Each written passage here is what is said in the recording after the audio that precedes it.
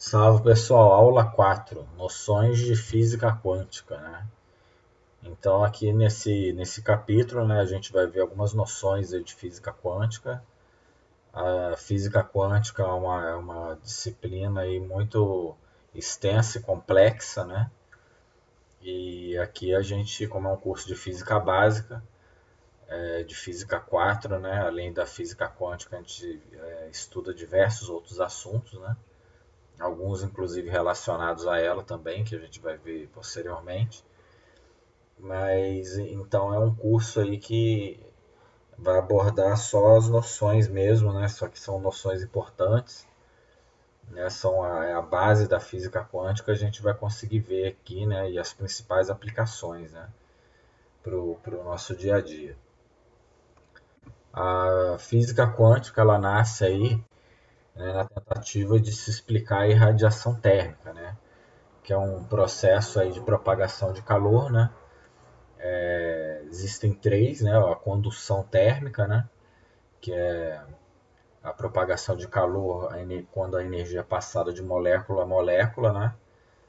E a convecção, que é quando você tem o calor sendo transportado juntamente com o próprio fluido, né? No caso aí de um ar-condicionado, por exemplo, né? E o terceiro processo de propagação de calor é a irradiação térmica, que é a propagação aí de calor através de ondas eletromagnéticas, né? Essas ondas, elas têm as mesmas propriedades aí que a gente já conhece, né? Se propaga no vácuo, viaja na velocidade da luz e assim por diante. Então aqui a gente está vendo o Sol, né? A situação clássica aí da estufa de planta, né? O Sol ele irradia ondas eletromagnéticas, né? Elas entram no vidro, elas atravessam o vidro, esquentam as plantas. Como as plantas elas estão em temperatura bem mais baixa que a do Sol, a onda, né, emitida e irradiada aí pela planta, ela não consegue atravessar completamente o vidro, né? Então a energia entra, só que tem dificuldade de sair, né? Isso aí é o chamado efeito estufa, que acontece aí na Terra também, né? E aqui também a gente vê um mecanismo aí de radiação, né? Você vê aqui a onda eletromagnética, ela faz você conseguir sentir ali o calor ali da fogueira, mesmo estando relativamente longe dela. Então, quando se trabalha aí com irradiação térmica, uma das coisas principais a fazer é simplificar o problema. Isso daí é feito quando você trabalha aí com um corpo negro ideal, né? Esse corpo negro ideal seria um corpo que absorve toda a onda eletromagnética que você joga nele, que incide nele. A absorção é 100%, não reflete nada. E esse corpo negro ele também irradia ondas eletromagnéticas, né? Tá aqui em vermelho, né? Então não é a mesma onda, né? Não é a onda que ela não está batendo e refletindo, ela está sendo absorvida e depois ele vai irradiar ondas também eletromagnéticas. Na verdade, o processo é contínuo, né? O balanço ele acontece o tempo todo. O corpo ele recebe onda e emite também, irradia também, né? Então, no corpo negro ele tem esse nome aí porque ele absorveria 100% da onda incidente. Ao contrário de um espelho ideal. Um espelho ideal ele não absorveria nada, ele refletiria 100%. Então, o corpo negro ele é usado aí para simplificar os cálculos, né? E para trabalhar com um espectro mais limpo aí de radiação.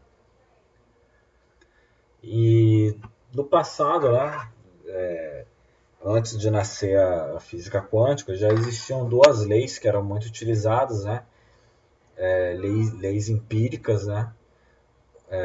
Que são feitas a partir de experimentos, né? O experimento é feito e aí é montada uma equação que se ajusta ao comportamento ali do fenômeno, né? Então é uma lei experimental, ela não é uma lei que é deduzida através de outras fórmulas e tal, né? São leis aí que ocorrem devido à experimentação. A primeira aqui que a gente vai ver é a lei de Stefan, né? Stefan Boltzmann. Ela fala que a intensidade radiante, é o S aqui, né? É a mesma unidade, né, daquele vector point que foi estudado lá na aula 1, né, de ondas eletromagnéticas. É o watt por metro quadrado. Isso é a intensidade, distribuição de energia no tempo e no espaço, né? É a potência por metro quadrado. Isso daí ela é proporcional à quarta potência da temperatura absoluta, temperatura em Kelvin. Aqui você tem uma constante de ajuste de unidades, né, que é a constante de Stefan. E aqui o epsilon é a emissividade do corpo, né? Para o corpo negro ideal, essa emissividade vale 1. Né? Outros objetos ele pode ter uma emissividade menor, né? Mas o corpo negro ideal, você tem o máximo possível ali de emissividade, que é o valor 1. E essa lei ela fala então que a intensidade radiante ela depende da quarta temperatura, quarta potência da temperatura. Quanto mais quente, maior a intensidade aí da onda irradiada. Outra lei empírica muito conhecida é a lei do deslocamento. Né? Então essa lei ela fala que quanto mais quente tiver o objeto, menor é o comprimento de onda principal de irradiação. Então aqui eu tenho um espectro, aqui uma curva de temperatura 3000 Kelvin. Se eu aumentar para 4000 Kelvin, o comprimento de onda principal irradiado ele diminui. Né? O comprimento de onda diminuindo equivale à frequência aumentar. Né? Lembrem aí que um é o inverso do outro. Aumentou para 5000 Kelvin. Então deslocou ainda mais para a esquerda. 6000 Kelvin. Então deslocou mais ainda para a esquerda. Aumentou, né? A potência por unidade de volume ela aumenta também, né? Só que o comportamento aqui importante é que além dele subir, ele caminha aqui para a esquerda, diminuindo o comprimento de onda, né? À medida que a temperatura aumenta. À medida que o objeto ele fica mais quente, o comprimento de onda cai, né? E a frequência aumenta. Né?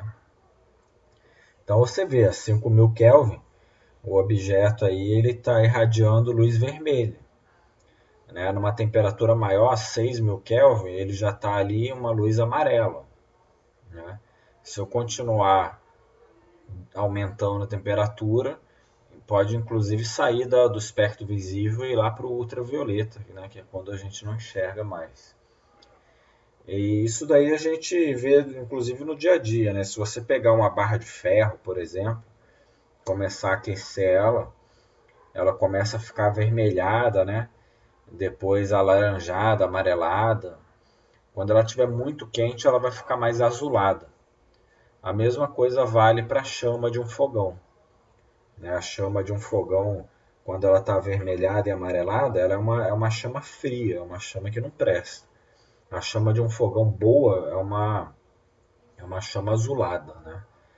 Quando você liga o fogão ali, tá aquele fogo azul ali, aquilo ali é um fogo bom, um fogo quente. Aquilo ali vai te dar mais agilidade aí na cozinha, né? E isso daí pode acontecer da chama ficar mais amarelada e avermelhada, ou com gás de má qualidade, ou pressão também, né? Quando o gás está acabando também, geralmente com pressão menor, ali acaba também acontecendo ali de ficar uma chama mais fria e mais vermelhada, né? E alaranjada. Quanto mais azulada, mais quente. Então essa aí é a lei de deslocamento de Wien. E no caso do espectro, né, da emissão, existiam duas leis aí na época que para ajustar, né, os dados experimentais com a teoria. Uma é a própria lei de Wien, né, não aquela que a gente viu, né, uma outra teoria, né, essa lei de Wien que existia, ela se ajustava aos dados no início do espectro, né, para comprimento de onda baixo. Só que conforme o comprimento de onda ia aumentando, começava a ocorrer erros, né? A gente consegue ver aqui o tracejado, ó, né? Os dados experimentais seriam esses daqui, né, com pontinho. E aí esse tracejado aqui você vê que começa a sair fora, né, dos pontos. E aí começava essa lei de Wien apresentava erros, né? É uma lei aí deduzida a partir de física clássica também. Outra lei também que existia é a lei de Rayleigh-Jeans, né? Então essa lei ela já era o contrário. Ela funcionava bem para comprimento de onda grande, só que conforme você ia diminuindo o comprimento de onda, né, aumentando a frequência, a distorção era absurda, né, da teoria com a prática, né? Então, é, essa lei de Rayleigh-Jeans ela previa que um comprimento de onda pequeno, né, conforme você fosse diminuindo ele, né, a potência irradiada e a intensidade irradiada ela dispararia, ficaria uma quantidade infinita de energia, né? Isso daí está totalmente em desacordo com a prática. Então existiam duas leis que não funcionavam, né? A física quântica ela nasce daí. Né? Você tinha a lei de Wien, que ela se ajustava no início do espectro, só que no final não. E a de Rayleigh-Jeans, que já era o contrário. Ela já se ajustava bem no final e no início não. A gente tinha esse problema aí da catástrofe do ultravioleta, da curva que ela disparar o valor dela. Então, esse problema aí, né, esse ajuste da correto, né, do espectro aí da intensidade irradiada, né, ela surgiu aí com Max Planck, com a física quântica. Então, Max Planck ele resolveu esse problema, né, com a chamada teoria dos quanta.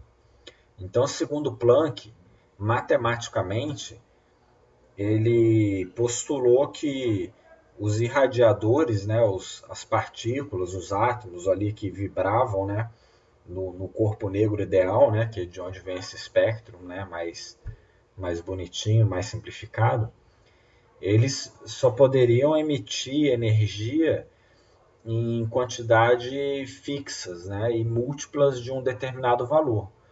Ou seja, Max Planck ele quantizou a energia dos irradiadores do corpo negro. Então, na prática, o que ele fez é proibir. Quando você quantiza alguma coisa, você proíbe que alguns valores existam. Né? Só existem determinados valores e os outros eles são impossíveis de existir. É o mesmo caso, por exemplo, que a gente pode lembrar aí da carga elétrica, né? A carga elétrica de qualquer objeto, ela é múltipla da carga elementar do elétron, que é 1,6 10 a menos 19 coulomb. Se eu tiver um elétron, eu tenho 1,6 10 a menos 19 coulomb. Se eu tiver dois elétrons, 3,2 vezes 10 a menos 19 coulomb. Então, por exemplo, entre esses dois valores, 2 vezes 10 a menos 19 coulomb, esse valor é um valor inexistente, porque você não tem como pegar um elétron e quebrar um pedaço dele. Né? Então, a carga elétrica, né, ela é um valor múltiplo de um valor de uma constante, né, que é a carga elementar do elétron. Só existem múltiplos desses valores. Qualquer valor que não for múltiplo, né, da carga elementar, ele é inexistente na natureza. Então, o início da física quântica, né, ela vem daí, da teoria dos quanta, quando Max Planck ele quantizou a energia. Né? Ele fez um procedimento ali de quantizar a energia, né? E aí a energia do oscilador ela dependeria da frequência de oscilação. Né? Então você tem as partículas ali, né? Elas vão vibrar, né? Quanto maior a frequência de vibração, maior é a energia irradiada. Só que essa energia ela é sempre múltipla de um pacote. Aqui a gente tem a outra, o H é a constante de Planck, né? vale 6,6 10 a menos 34 Joule, e n é o número quântico, né? Então você vai ter que a energia ela vai ser múltipla de um pacote de energia. Esse pacote de energia ele é chamado de quantum. Quantum é um pacote de energia. Quanta é o plural, né? São vários pacotes, por exemplo. Então essa teoria dos quanta, né, a física quântica, ela vem disso, vem que um quantum é um pacotinho definido de energia, né? Então ele conseguiu, quando ele estabeleceu, né, que a energia ela no corpo negro ela não poderia variar livremente, né? Não é algo contínuo, que existem valores proibidos, ele conseguiu ajustar a curva nos pontos, né? Então com essa formulação, com esse postulado aí de que a energia ela tem valores proibidos, né? Elas só são irradiadas ali, né, com irradiadores vibrando com energia múltipla de um determinado valor, né, você consegue ajustar essa curva aqui, e aí veio a explicação correta aí da irradiação térmica, né, surgiu a física quântica.